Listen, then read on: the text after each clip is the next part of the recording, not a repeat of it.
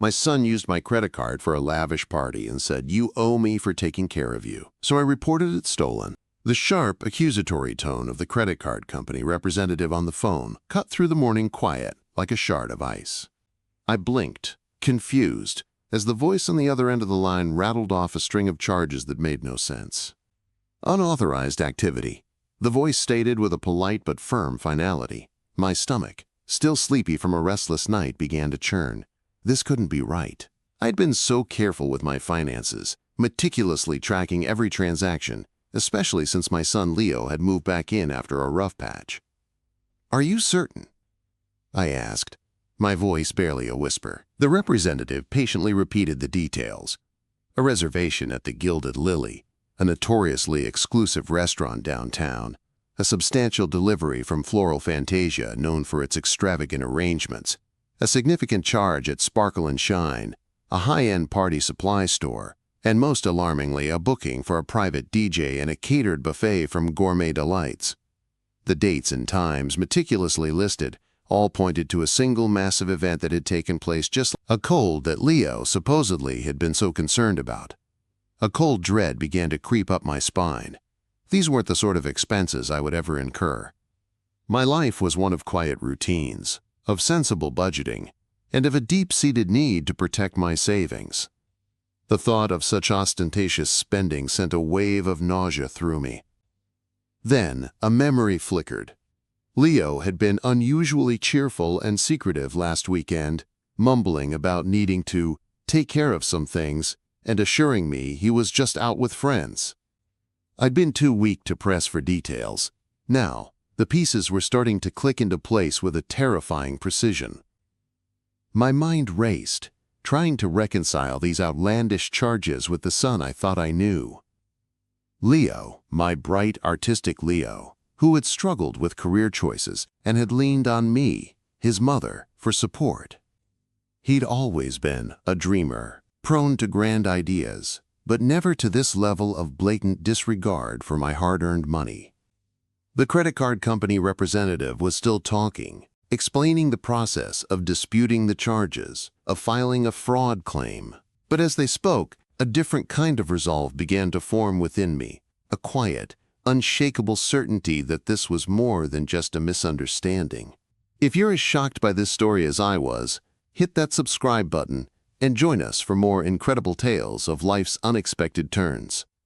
The representative's words about fraud claims and provisional credits faded into a dull roar in my ears. My gaze drifted to the framed photo on my bedside table. Leo, a gap-toothed grin plastered across his face, clutching a crayon masterpiece. That boy, my boy, had never deliberately caused me harm. He was sensitive, easily hurt, and prone to bouts of insecurity. This was a betrayal that cut deeper than any financial loss. I thanked the representative, my voice a strained monotone, and hung up the phone. The silence that descended was heavy, suffocating. I walked over to the window, the early afternoon sun casting long shadows across my usually tidy living room. Leo's gaming headset lay carelessly discarded on the coffee table, a testament to his constant presence. I felt a surge of something akin to anger, but it was quickly overshadowed by a profound sense of disappointment. My mind flashed back to the conversation Leo had had with me a few weeks ago. He'd been pacing the hallway, his brow furrowed with concern, asking about my retirement plans, about how much I had saved, about how I was managing my finances. At the time, I had dismissed it as his usual anxious tendency to overthink things. He'd always worried about me, about my well-being, perhaps feeling a guilt that he hadn't yet achieved the independence he'd promised. He'd even offered to help with groceries, a gesture I'd appreciated but politely declined, wanting to maintain my own sense of self-sufficiency. Now, those questions replayed in my mind with a chilling new significance. Had he been subtly probing, gathering information, all while planning this elaborate deception? The thought was almost too much to bear. He hadn't just stolen money, he'd stolen my trust, my belief in his inherent goodness.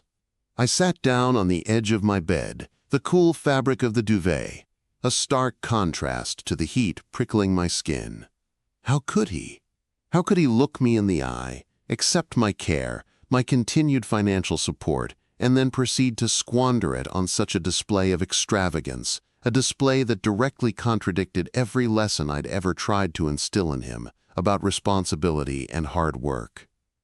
The idea of reporting the card stolen, of initiating a fraud claim, had been an immediate, instinctual reaction to the shock. But now, as I sat with the reality of it, a more complex emotion began to surface.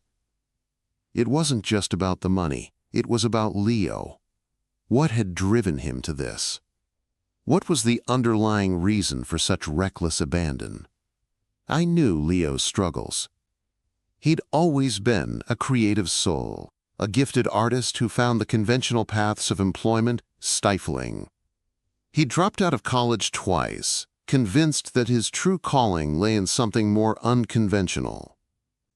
I'd supported his artistic endeavors, bought him supplies, attended his infrequent exhibitions, all the while harboring a quiet fear for his future. He'd recently been talking about starting his own online gallery, a venture that required significant capital, or so he'd claimed. Had this party been some sort of misguided attempt to impress someone? A desperate grab for validation? Or was it something darker? A calculated move fueled by a sense of entitlement or resentment that I hadn't seen. The phrase he'd uttered, "You owe me for taking care of you," echoed in my mind, twisted and ugly. What did he mean by that? Had he truly convinced himself that his presence, his occasional gestures of help around the house, were enough to justify such a massive expenditure of my hard-earned money? I stood up and walked to my closet, pulling out a worn leather-bound journal. It was filled with my thoughts, my anxieties, my hopes for my son. I flipped through the pages, finding entries about Leo's first steps, his kindergarten drawings, his teenage angst. There were also entries about my own financial anxieties, the careful budgeting, the sacrifices I'd made to ensure he had opportunities I never did. The contrast was stark. My life had been a testament to quiet resilience, to making do, to finding joy in simplicity. Leo, on the other hand, seemed to crave the opposite, a life of instant gratification, of lavish displays, of a perceived ease that I had worked my entire life to provide for him, albeit indirectly. A deep sigh escaped my lips. I couldn't simply let this go. The credit card company had acted on my report, and the process had begun. But I also knew that a formal fraud claim might further alienate Leo, creating a chasm between us that might be impossible to bridge. I needed to talk to him. I needed to understand. But how could I even begin to approach him with this knowledge? What words could possibly convey the depth of my hurt and confusion? As I stood there, clutching the journal, a new thought began to form. Perhaps the credit card company's intervention was merely the catalyst. Perhaps this was the moment of truth, the reckoning I had both dreaded and, on some level, anticipated. Leo was an adult now, and while he would always be my son, he was also responsible for his own actions. The thought of him, the son who I had nurtured and protected, turning around and exploiting my generosity in such a blatant manner, sent a fresh wave of pain through me. The guilt I felt was not for my actions, but for the possibility that I had failed him as a parent, that I hadn't equipped him with the necessary moral compass, the understanding of consequence. I walked back into the living room, my gaze falling on the empty space where Leo usually lounged. He wasn't here now. He was probably out, enjoying the fruits of his deception, completely oblivious to the storm brewing in my quiet world. My mind was a whirlwind of conflicting emotions. Part of me wanted to confront him immediately, to demand answers, to express my outrage. Another part of me, the mother part, felt a pang of worry for him. What was going on in his life that led him to such drastic measures? Was he in trouble? Was he in debt? Or was this simply a case of a spoiled young man who felt entitled to whatever he desired? I picked up my phone again, my finger hovering over the contact for a trusted friend, someone who had seen me through the challenges of raising Leo. But I couldn't bring myself to call. This was my burden, my confrontation to have. I took a deep breath, trying to regain some semblance of composure. I couldn't let this paralyze me. I had to act, not just for myself, but for Leo's own sake. If he was indeed spiraling down this path, he needed to be stopped, to be made to face the reality of his actions. The idea of reporting the card stolen, of initiating a fraud claim, had been a reactive measure. But now, I needed to be proactive. I needed to understand the why behind this act. The phrase, "You owe me for taking care of you," gnawed at me. It suggested a warped sense of justification, a belief that his perceived sacrifices entitled him to a reward that he decided to extract from my credit card. I decided to do some digging of my own, discreetly. I accessed my online banking portal, the same one I used to monitor my own spending. I looked at the detailed transaction history, cross-referencing the dates and times with Leo's usual movements. He had been home, or at least, he had claimed to be home on Saturday evening, telling me he was feeling under the weather. Yet, the charges told a different story, a story of a lavish, undoubtedly expensive party. I thought about the specific vendors, the Gilded Lily, Floral Fantasia, Sparkle and Shine, Gourmet Delights. These weren't places Leo frequented. They were symbols of affluence and extravagance, a stark contrast to his usual, more modest lifestyle, or at least, the lifestyle he presented to me. My mind was a battlefield. On one side, the raw hurt and betrayal. On the other, the enduring love and concern of a mother. I couldn't reconcile the son who needed my comfort during his anxieties with the son who would so brazenly steal from me. I remembered a conversation a few months ago when Leo had expressed his frustration with his lack of financial independence. He'd complained about not being able to afford the things he felt he deserved, the things his friends seemed to have so effortlessly. At the time, I'd offered him advice on budgeting, on finding part-time work, on developing marketable skills. He'd listened, nodded, but I'd sensed a lack of genuine engagement, a superficial acknowledgement of my words. Was this party a desperate attempt to project an image of success and abundance that he didn't actually possess? Had he invited friends, perhaps even people he wanted to impress, and then realized he couldn't afford the spectacle he'd promised? The thought of him facing humiliation or disappointment at the hands of his peers was almost as painful as the theft itself. But then I returned to the accusatory statement, "You owe me for taking care of you." That phrase was the key, the Rosetta Stone to understanding Leo's mindset. It implied a deep-seated resentment, a feeling of being wronged or unappreciated. Had he felt that my financial support, while consistent, was somehow conditional, or perhaps insufficient in his eyes? Had he misinterpreted my care as an obligation that he could then leverage for his own desires? I decided against immediately confronting him. Instead, I needed to gather more information, to understand the full scope of what had happened, and more importantly, why. I would wait for him to come home, and then I would try to have a calm, rational conversation. This was crucial. If I went in with anger and accusations, it would likely shut him down, leading to denial and further estrangement. I spent the rest of the afternoon in a state of quiet turmoil. I reread old letters from Leo, filled with his innocent pronouncements of love and gratitude. It was hard to believe that the same boy could be capable of such a calculated betrayal. The irony was not lost on me. The very act of protecting myself by reporting the card stolen might be what ultimately pushed him further away, making it impossible for him to come to me with whatever problems he was facing. As dusk began to settle, I heard the familiar jingle of keys in the lock. My heart skipped a beat. Leo was home. I smoothed down my cardigan, took a deep breath, and walked into the hallway, ready to face my son, ready to demand an explanation for the shattering of my trust. The carefully constructed facade of my quiet life had been irrevocably breached, and the path forward was uncertain, fraught with the pain of a mother's broken heart and the daunting task of understanding the son she thought she knew. The front door creaked open, and Leo ambled in, his usual laid-back demeanor masking any hint of remorse. He tossed his keys onto the hall table, oblivious to the storm brewing within me. "Hey, Mom," he said, his voice casual, devoid of any of the anxiety he'd displayed weeks prior. "How was your day?" I watched him, my gaze sharp, searching his face for any flicker of guilt, any subtle tell. He looked perfectly at ease, as if he hadn't just pilfered my savings for a lavish fete.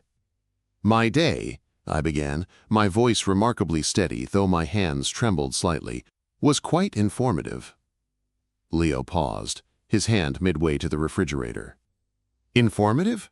In what way?" "Well," I said, walking slowly into the living room, gesturing for him to follow. He did, his brow furrowed slightly, sensing a shift in the atmosphere. I sat down on the sofa, my back straight, my gaze fixed on him. "I received a call from the credit card company this morning." His expression remained neutral, but I saw a barely perceptible tightening around his eyes. "Oh? Everything okay?" "That's what I'm trying to ascertain," I replied, my voice low and even. "They informed me of some significant unauthorized activity on my account." "A party, it seems." Leo's smile flickered, then reappeared, a little strained. "A party? What are you talking about, Mom?" "I'm talking about reservations at the Gilded Lily," I said, listing off the vendors, my voice gaining a quiet strength with each word. "A substantial floral delivery. High-end party supplies. A private DJ and a catered buffet." I paused, letting the weight of the charges sink in.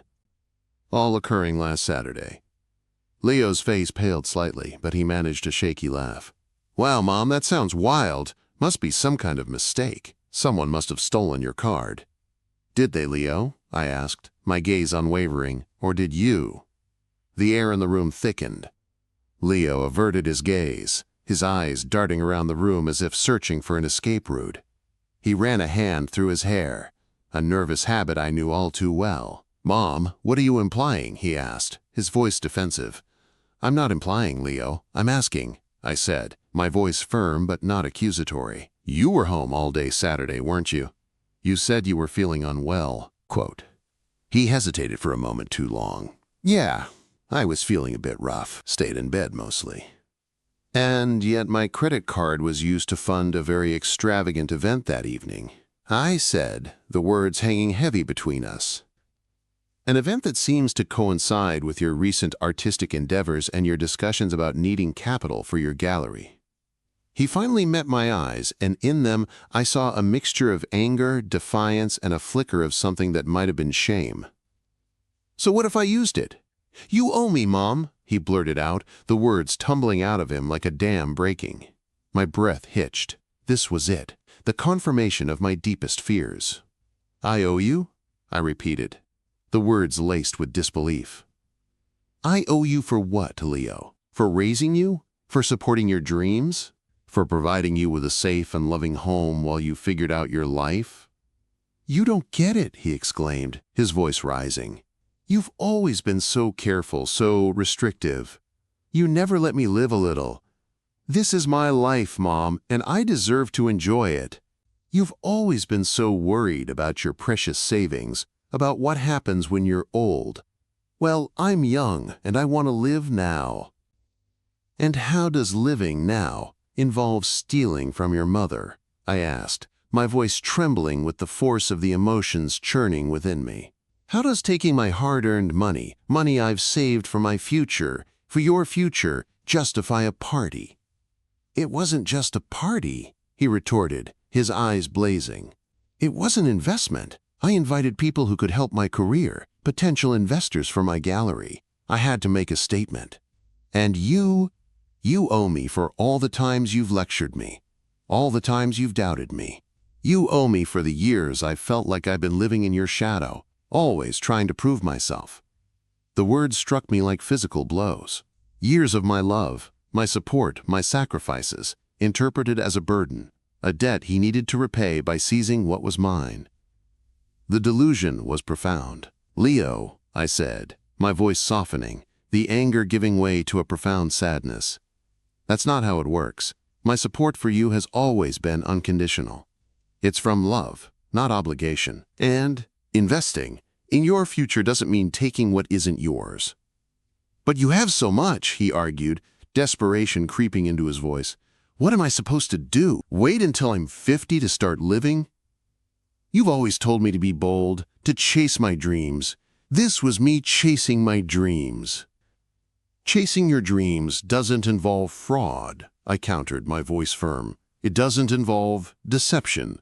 And it certainly doesn't involve looking your own mother in the eye and telling her she owes you for stealing from her. The accusatory tone of the credit card company representative felt like a distant echo compared to the chilling reality of Leo's words. He truly believed I owed him. He had twisted my love and care into a debt, and his perceived good deeds, the occasional help around the house, the concerned inquiries about my well-being, were his currency for repayment. The credit card company has been notified, Leo, I said, my voice low. I've reported the charges as fraudulent. His eyes widened in disbelief and panic. You what? Mom, you can't do that. That's too much. Is it? I asked, my voice devoid of emotion. Or is it just the consequence of your actions? You made a choice, Leo. You chose to exploit my trust, and now you have to face the consequences. He stood there, speechless, his bravado crumbling.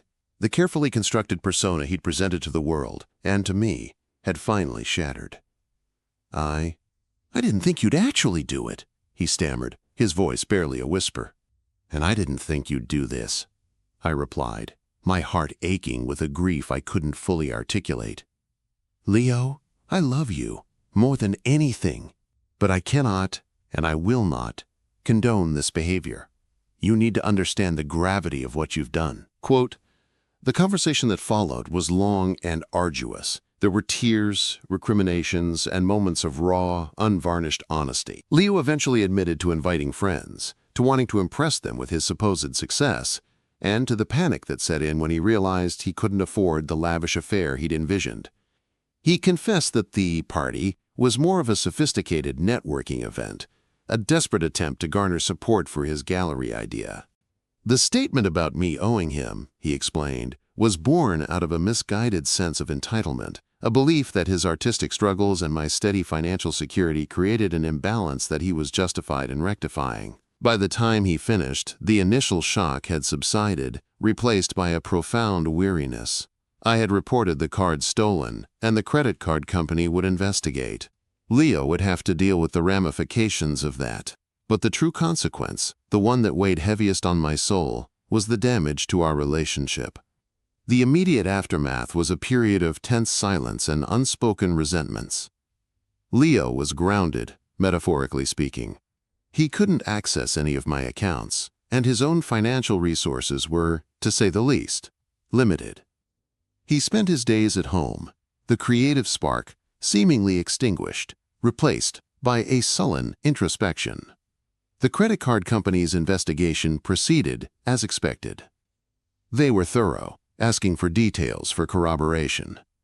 I provided them with Leo's confession, the evidence of the charges, and my own testimony. The outcome was predictable. The charges were deemed fraudulent, and my account was credited. But the resolution felt hollow. The money was back, but the trust was not. One evening, a week after the initial confrontation, Leo approached me tentatively. He sat across from me at the kitchen table, the same table where we had shared countless meals, where I had listened to his dreams and anxieties. Mom, he began, his voice quiet and subdued.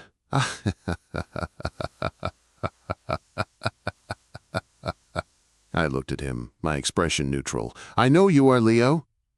No, I'm really, truly sorry, he continued, his gaze fixed on his hands.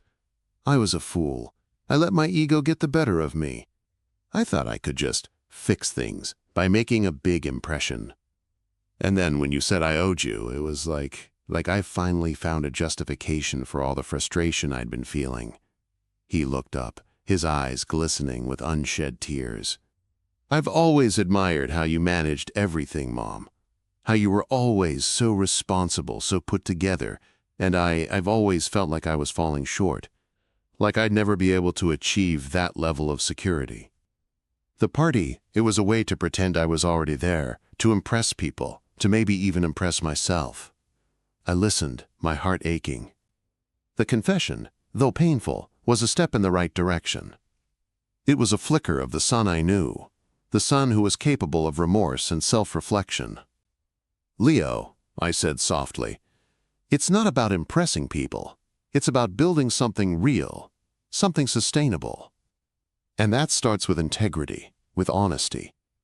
"I know," he murmured. "I messed up, big time, and the fact that you reported my cards stolen, I understand why."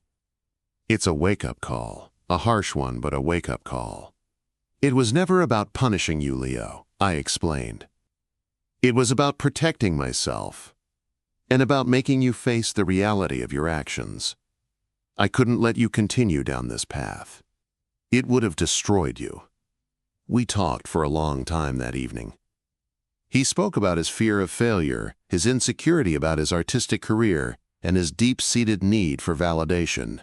I listened, offering guidance, not judgment. It was a slow, arduous process of rebuilding.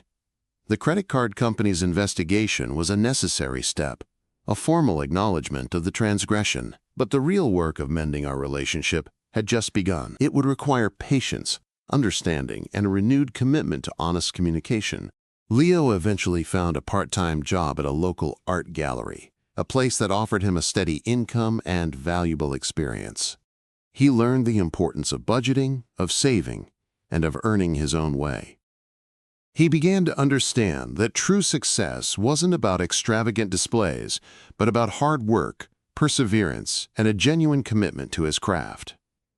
The scar of that betrayal remained, a reminder of how easily trust could be broken. But it also served as a testament to the resilience of our bond, a testament to the enduring power of a mother's love, even when tested by the most painful of circumstances.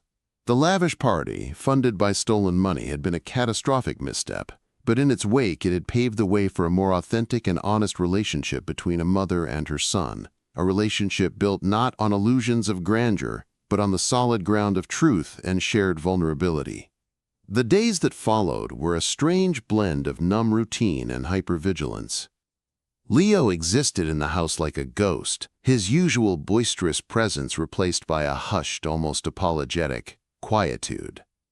He'd emerge from his room for meals, his eyes downcast, offering monosyllabic responses to my tentative questions about his day, which usually involved him working on his portfolio or researching art trends, activities that felt like a thin veneer over his underlying shame.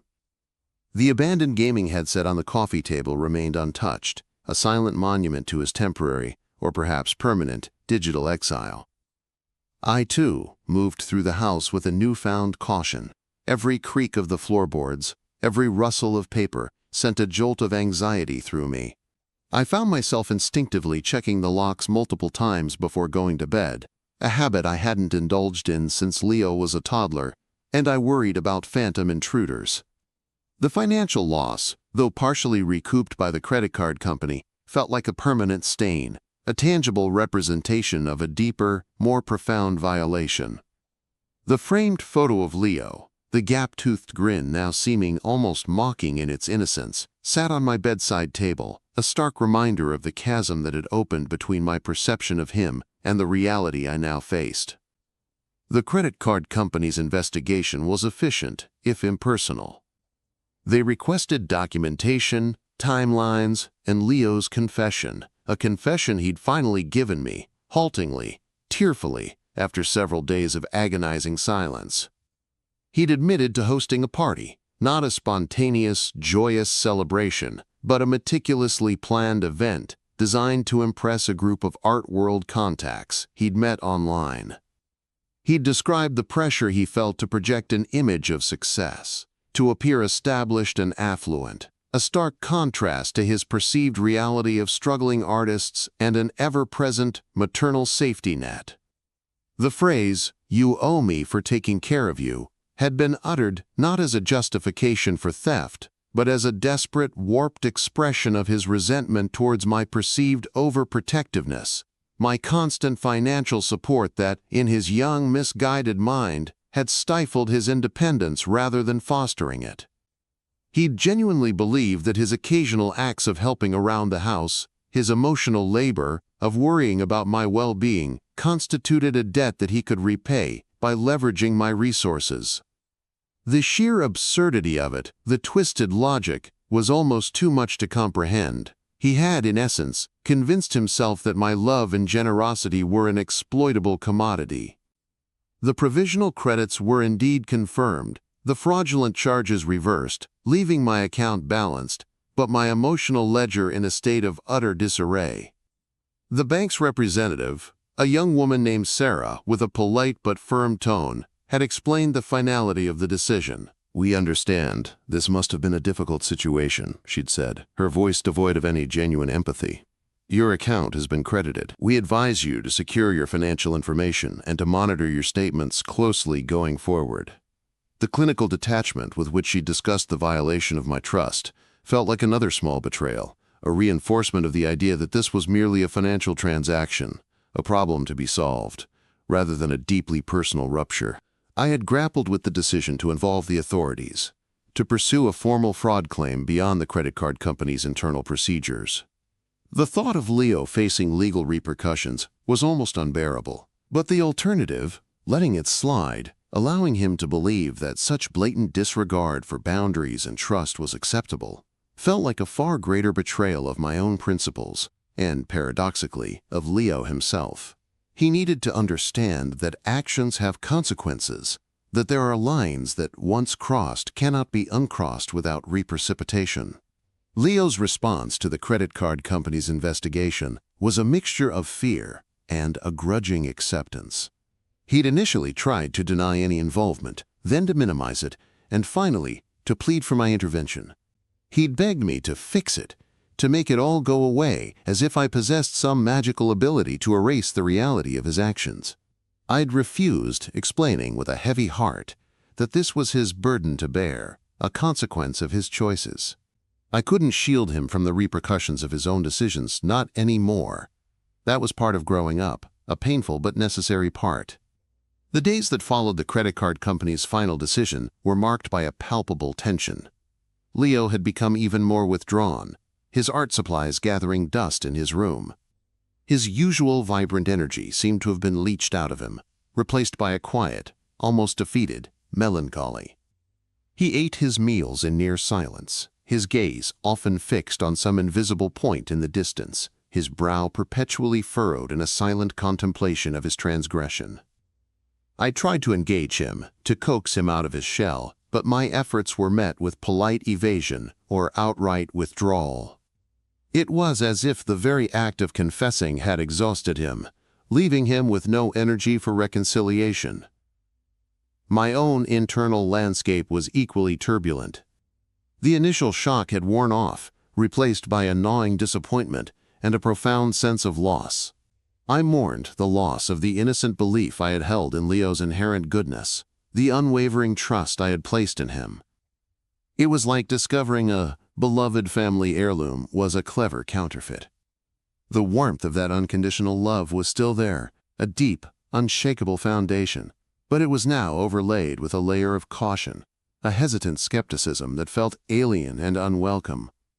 I found myself poring over old photographs, searching for clues, for moments that might have foreshadowed this betrayal. I looked at his kindergarten artwork, those vibrant, uninhibited scribbles that spoke of a pure, unfiltered joy. I revisited his teenage angst, the brooding poems and angsty journal entries that I had, at the time, dismissed as typical adolescent turmoil.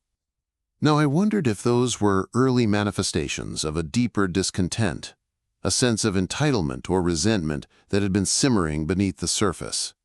One afternoon, while tidying Leo's room, a task I had been delaying, I stumbled upon a hidden stash of art supplies, expensive professional-grade paints and brushes that far exceeded anything I had purchased for him. They were beautifully packaged, pristine, and clearly not within his usual budget. A chilling realization dawned. Had he been secretly acquiring these materials, fueling his artistic ambitions with a clandestine financial source, perhaps one that led him down this path of deceit.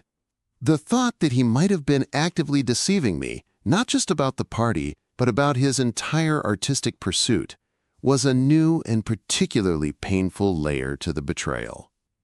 I remembered his earlier conversations about needing capital for his online gallery. At the time, I had offered practical advice on crowdfunding, on small business loans, on seeking grants. He had listened, nodded, but I had sensed a dismissive impatience in his demeanor, a belief that those avenues were too slow, too ordinary for his grand vision. He had wanted instant access to resources, immediate validation, and if he couldn't get it through conventional means, he'd found another way. The phrase he'd uttered, "You owe me for taking care of you," continued to echo in my mind. It was the key, the Rosetta Stone to understanding his warped perspective. He saw my consistent financial support not as a nurturing act, but as a contractual obligation, a debt he was owed. His occasional gestures of help around the house, taking out the trash, mowing the lawn, were his perceived payments on this debt, and when those payments fell short of his escalating desires, he felt justified in taking what he felt was rightfully his.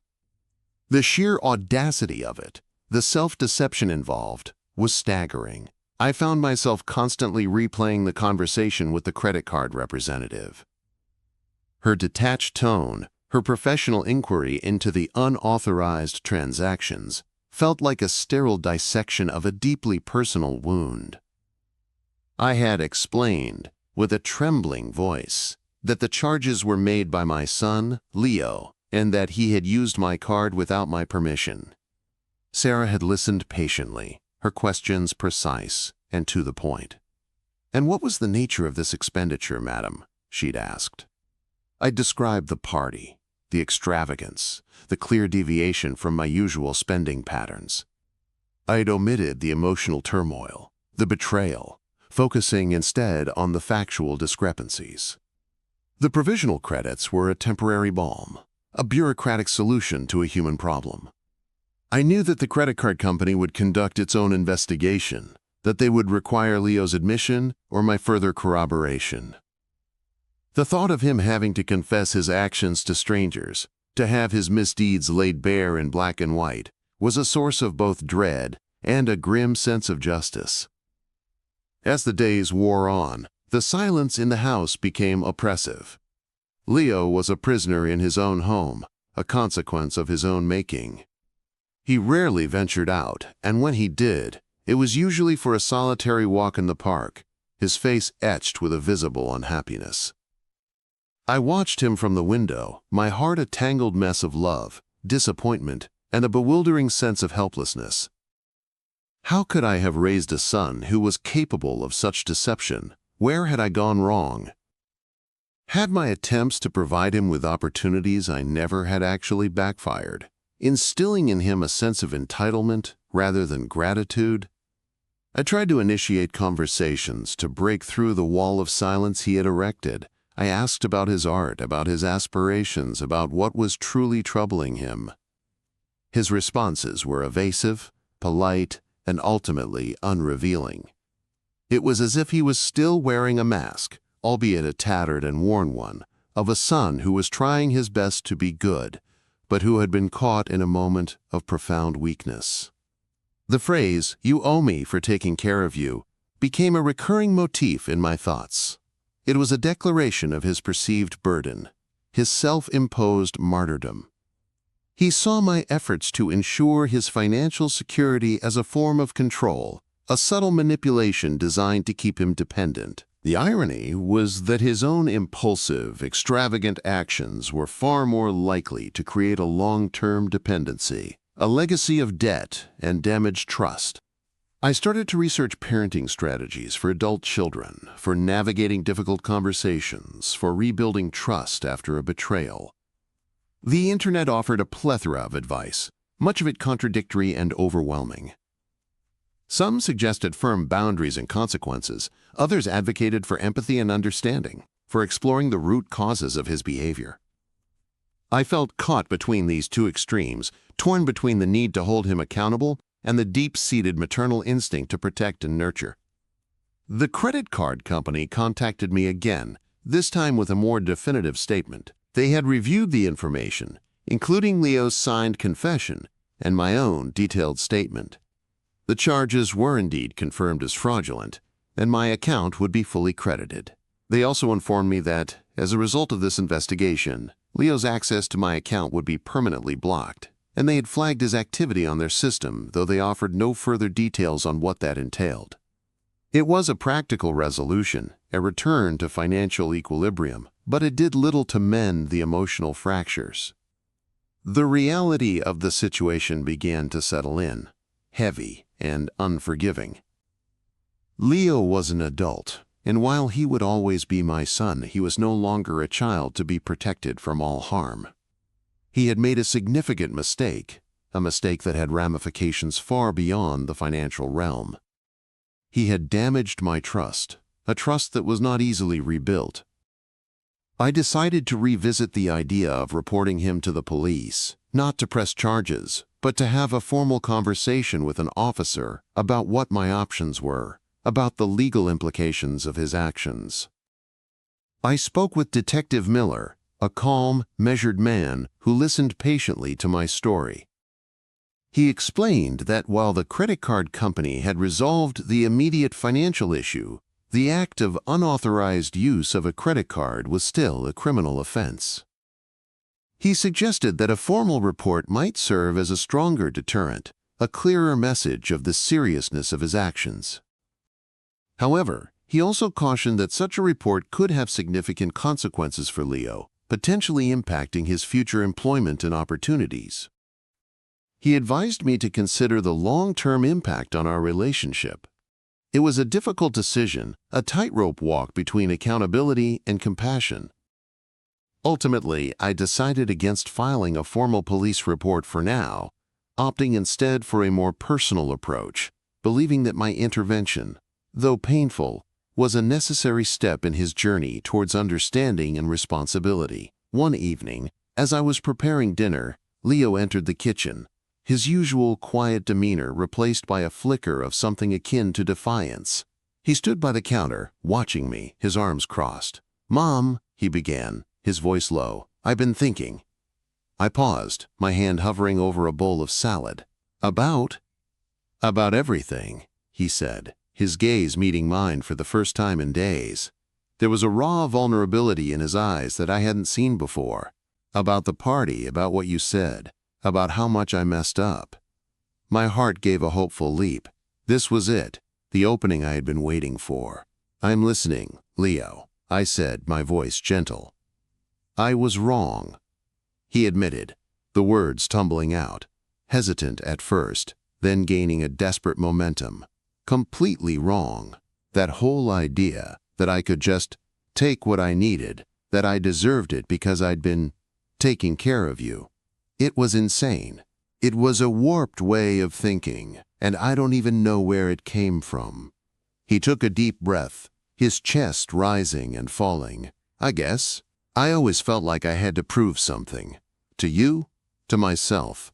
You always had your life together, your finances sorted, and I was just this struggling artist, always on the edge of something, but never quite getting there. The party was supposed to be my big break, my chance to show everyone that I was making it, that I was successful.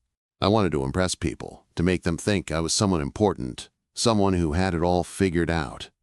He looked down at his hands, now clenched into fists on the counter. "When I asked about your retirement plans, about your savings, I wasn't trying to gather information to exploit you. Not consciously, at least. I was worried. I worried about you, about how you'd manage. And maybe, deep down, I was projecting my own anxieties. If you were so worried about the future, maybe I should be too. But then I twisted it, didn't I? I convinced myself that your stability was somehow a resource I could tap into, a way to jumpstart my own success. The confession, though painful, was a relief. It wasn't a confession of malice, but of profound insecurity and misguided ambition. It was the confession of a young man who had lost his way, who had mistaken entitlement for aspiration. "Leo," I said, my voice soft.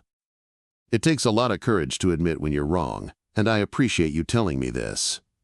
He looked up again, a flicker of hope in his eyes. "But I still don't know how to fix this, Mom. How do I ever get back what I broke? Your trust?" The question hung in the air, heavy with the weight of his transgression. I knew that rebuilding trust would not be a quick or easy process. It would require time, consistent effort, and a willingness on his part to demonstrate a genuine change in his behavior. "It won't be easy, Leo," I admitted, walking over to him and placing a hand on his arm. His skin felt cool beneath my touch, a stark contrast to the warmth I remembered. Trust is like a delicate vase. Once it's broken, even if you glue the pieces back together, there will always be cracks. But the vase can still hold water. It can still be beautiful, even with those cracks. I continued, my voice firm but not unkind. "You need to show me, Leo, not just with words but with your actions. You need to be transparent, honest, and accountable for your choices. You need to earn back the trust you've lost." He nodded, his eyes glistening. "I will, Mom.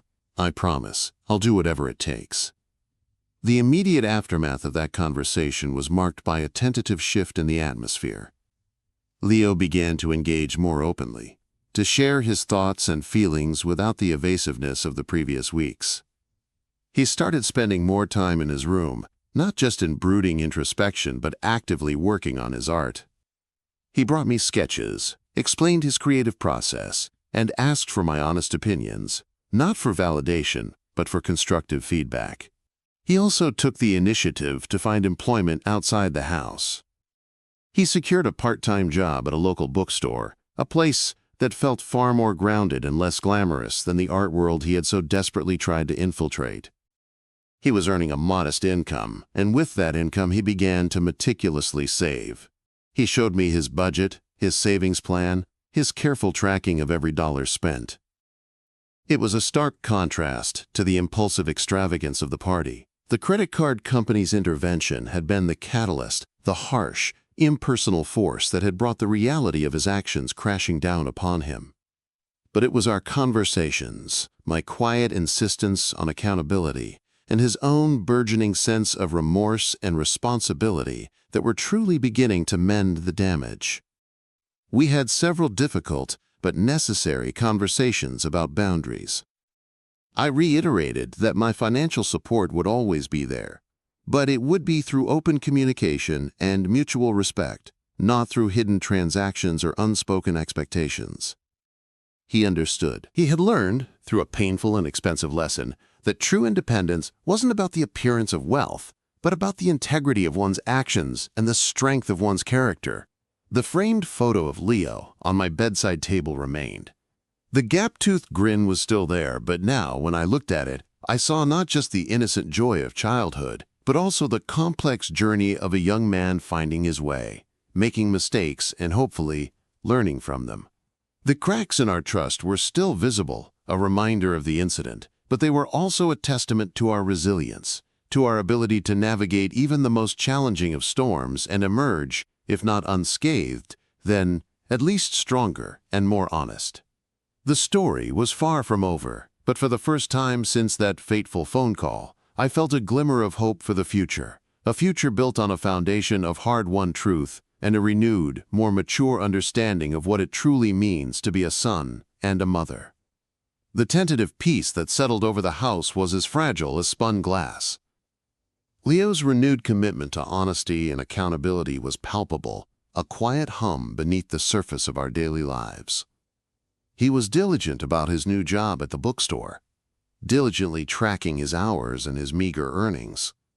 He brought me his meticulously crafted budgets, his plans for future savings, his eyes earnest as he sought my approval, not for the numbers themselves, but for the visible effort and the palpable sincerity behind them. This newfound transparency was a balm to my wounded spirit, a stark contrast to the shadowy financial maneuvering that had preceded it. The conversations we had were different now. Gone were the evasions, the mumbled half-truths. Instead, we talked about his art with a refreshing candor. He'd bring me his sketches, his canvases, and patiently walk me through his creative process, his inspirations, and his frustrations. He wasn't seeking validation anymore, but genuine feedback, a critical eye that could help him refine his craft. He asked for my opinions, not with the desperate need for parental approval that had once characterized our exchanges, but with the thoughtful consideration of an artist seeking to grow. "Mom, what do you think about the lighting here?" he'd ask, pointing to a specific section of a still life. "I'm trying to capture that late afternoon glow, but it feels a bit too flat, doesn't it?" These moments, once fraught with the unspoken tension of his past deception, were now marked by a shared focus, a genuine connection. I found myself offering advice on composition, on color theory, on the practicalities of displaying his work, advice that he absorbed with a humility that was both touching and profoundly reassuring. He also began to actively seek out community-based art opportunities. Instead of the grand, abstract aspirations he'd once harbored, he was now participating in local art fairs, contributing to collaborative mural projects in underprivileged neighborhoods, and even volunteering at a community art center, teaching basic drawing techniques to children. These were not the glamorous, industry-shaping endeavors he had once envisioned, but they were grounded, tangible expressions of his artistic passion, and, more importantly, they were built on a foundation of shared experience and genuine contribution.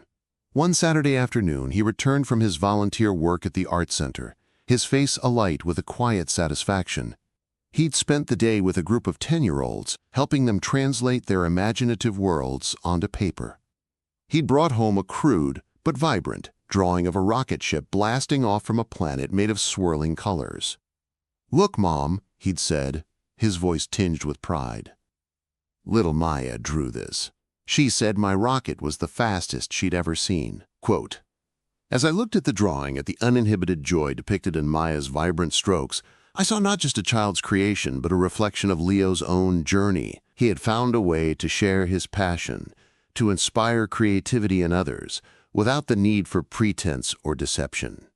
He was contributing, not just creating." The tangible evidence of his changed behavior extended to his financial life as well. He was scrupulous with his part-time earnings, his savings account growing steadily. He was diligent about paying for his own art supplies, the expensive, professional-grade materials that I had once discovered hidden away in his room, now acquired through honest labor and careful planning. He would occasionally ask for my input on which brands to choose, which tools would offer the best value, and in these seemingly mundane exchanges I saw the seeds of a mature financial literacy taking root. The delicate balance of rebuilding trust meant navigating a complex emotional landscape. There were still moments, often unexpected, when a phantom anxiety would seize me. A late-night phone call from an unknown number, an unexpected credit card statement in the mail, could send a jolt of apprehension through me, a primal fear that the fragile peace might shatter. But these moments were becoming less frequent, less potent. Leo's consistent actions were slowly, painstakingly overwriting the ingrained patterns of suspicion. The framed photo of him on my bedside table remained. The gap-toothed grin, once a symbol of innocence betrayed, was now a more nuanced image. It was a reminder of the child he had been, the young man he had struggled to become, and the person he was actively choosing to be. The cracks in our trust were still there, invisible to anyone but us, a quiet testament to the ordeal we had endured. But they were also a testament to our resilience, to the enduring strength of our bond. We had conversations about the future, about his aspirations. He still dreamt of a career in art, but his vision had become more grounded, more realistic. He spoke of establishing a small online presence, selling prints of his work, and collaborating with other emerging artists. He was no longer chasing the ephemeral validation of the art world elite, but building a sustainable, authentic path for himself. He also began to take on more responsibility around the house, not as a means of paying off a perceived debt, but as a natural extension of being a member of a family. He'd help with the grocery shopping, cook dinner a couple of nights a week, and handle household repairs with a newfound competence. These were not grand gestures, but consistent, reliable contributions that spoke volumes about his evolving character. The phrase, "You owe me for taking care of you," which had once been a constant, tormenting refrain in my mind, had faded into a distant echo. It was no longer a justification for his past actions, but a morbid curiosity about the twisted logic that had once governed his behavior. He had, through his own efforts and a growing understanding of the impact of his choices, begun to shed that warped perspective.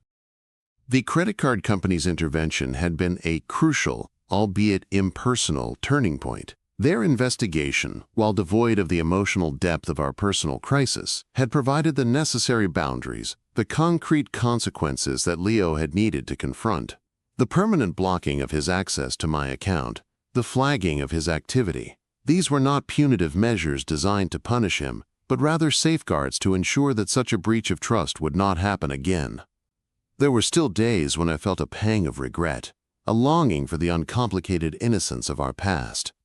The thought of what could have happened, of the legal ramifications he had narrowly avoided, still sent a shiver down my spine. The decision not to file a formal police report had been a difficult one, a tightrope walk between justice and mercy. But looking at Leo now, at his genuine efforts to make amends and to live a more principled life, I felt a quiet certainty that I had made the right choice. My intervention, though painful, had been necessary, a crucial step in his journey towards responsibility.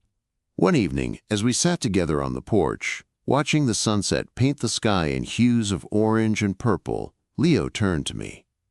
"Mom," he said, his voice soft, "I've been thinking a lot about what you said about the cracks in the vase, about how it can still hold water, still be beautiful." I nodded, a gentle smile playing on my lips.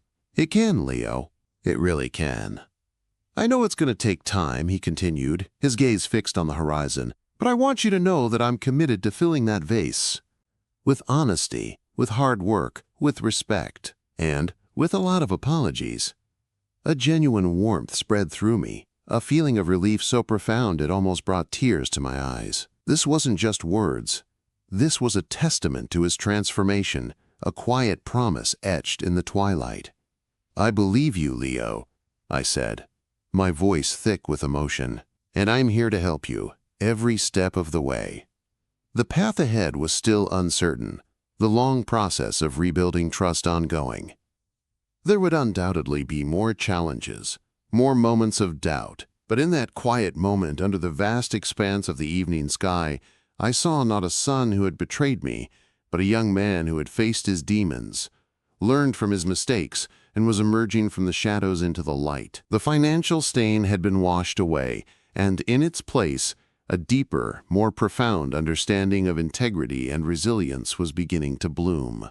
The cracks remained, a reminder of the storm, but they also served as a beacon, illuminating the strength we had found within ourselves and the enduring power of a mother's love, even when tested to its absolute limits. The future, once shrouded in fear and disappointment, now held the promise of a new beginning, a testament to the enduring capacity for redemption and the quiet, unyielding strength of a repaired heart.